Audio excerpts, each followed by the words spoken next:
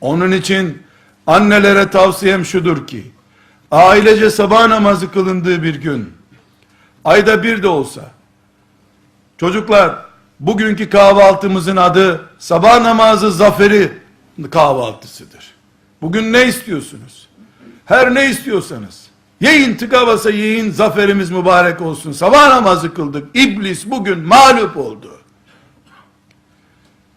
Çünkü kıyamet gününde bu galibiyetler, mağlubiyetler üzerinden biz muhasebe edileceğiz. Kaç kere şeytan galip oldu? Kaç kere Allah şeriatıyla, namazıyla, cihadıyla bizim evimizde galip oldu?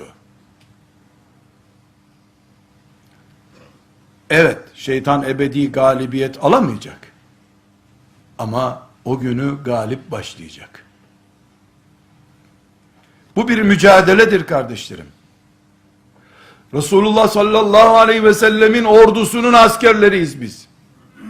Ümmeti Muhammediz. Bu büyük mücadelede, bu büyük cihatta hepimiz görevliyiz. Sabah namazı görevlileriyiz.